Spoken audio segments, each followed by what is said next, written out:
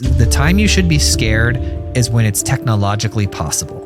That's when you should start to get worried and you should start to think, hey, I need to become the best in my field, like top 1%, or I should move to another field. There are approximately 174,000 chefs in America. And that's not even counting cooks, that's not counting bakers, and potentially over 3 million chefs and head cooks just globally. So today we're going to be looking at some technology that is full on replacing people in their culinary fields. Isaac, take me to the video of the robot you can buy and put in your kitchen today. This is how you're getting replaced. Cooks, head chefs, bakers, pay attention.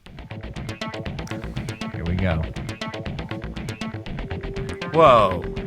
Look at this thing go. What in the world? Yeah, Is this real? This is real. You can buy it. It exists today. For you every day of your life.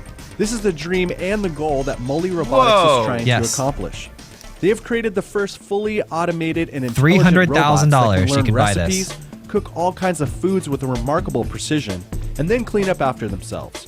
Mly Robotics built a working prototype of the Mly Kitchen. This futuristic-looking workstation is equipped with advanced robotic arms and hands that can grip kitchen utensils, measure liquids, crack eggs, you name it, they can do it.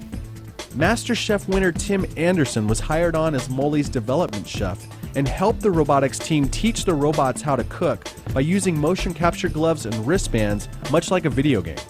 This means you can potentially record the movements of other famous chefs and have a meal prepared for you indirectly by, let's say, Chef Gordon Ramsay. You're in denial! Mly Robotics recently launched a crowdfunding campaign. So now what we're watching is this gap.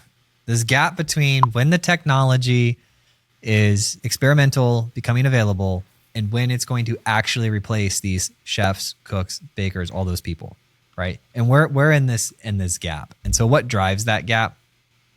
Finances. Finances is going to drive that gap.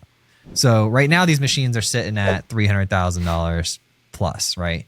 And they can prepare a meal. It's going to get better and better and better and better. We're not talking about and cheaper and cheaper and cheaper. It's going down extraordinarily fast. It's just going to be dirt cheap. And the majority of the meals that you're going to eat are going to be robot prepared. Isaac, how many of the meals that you eat today are prepared by robots? I don't know. Some percentage of them. But I'm pretty sure, actually, the people I talked to at Panda Express, I'm pretty sure they're all robots already. They're robots, for sure. I don't think they're actually people. They're gone. They're essentially gone. McDonald's got rid of employees in certain locations. They're like, we're just done with this. So this is already happening. Entire restaurants are already being made fully autonomous with no humans involved. What's up, guys? This is McDonald's first automated restaurant with no workers, and I'm going to show you how it works. So when you walk in, there's no one working at the counter, and you order whatever you want on the screen. Sometimes they have these robots going around bringing your food to you. That is adorable. If you want to go through one. the drive-thru, you just it has order cat ahead ears, online. Joel. You just pull up to the special lane in the drive-thru. That's a con. This is how they deliver the food to you. What? So what do you guys think? Do you like this new system or no?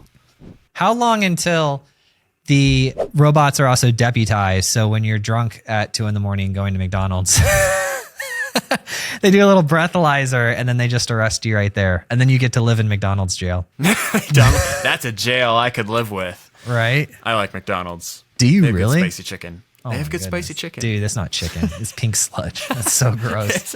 Have you seen the sludge documentary? It's good pink sludge, Joel. It's good pink sludge. Ew. It happens one specific little job at a time, and it seems like very inconsequential. Oh, it can just flip the fries or it can just do that. But the thing is, you've got thousands and thousands of people and investors and money and technology that's all getting better, all improving, and they're all learning to do this one little thing. Then it seems like it's not that far away. It's like, oh, well, yeah, I should be safe. It can just do the fry basket thing. Oh, I could be safe. It just cracks the eggs. Oh, it just blends the stuff. Oh, and you kind of casually dismiss it. Oh, it's far off. It's far off. And then what happens is you get the explosion. And the explosion is when all of those individual technologies mature to a point where someone can come in and collect them together and have them do a higher level abstraction, a bigger thing. Then they come in, they make the robot arms, and then it's game over. Like now it's just a pure price. We're no longer technologically bound by our inability to do this. Like we can do this now.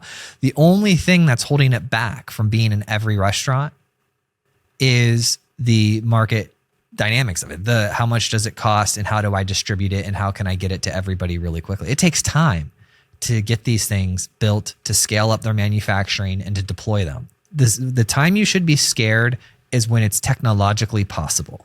That's when you should start to get worried and you should start to think, hey, I need to become the best in my field, like top 1%, or I should move to another field. And that's the weird thing that's happening right now in our society is the robotics is getting good in everything. So you're either going to have to become the top 1% or you're just going to have to get outpaced by a robot. Or just become an Instagram influencer. All right, so the chefs that are watching this, should they be like on a scale of Tamagotchi to Terminator, how scared should they be? I'm not going to say it's the most scary thing in the world. I think it's like a 6. It's like a 6. I think they have some time because I don't think they have any time.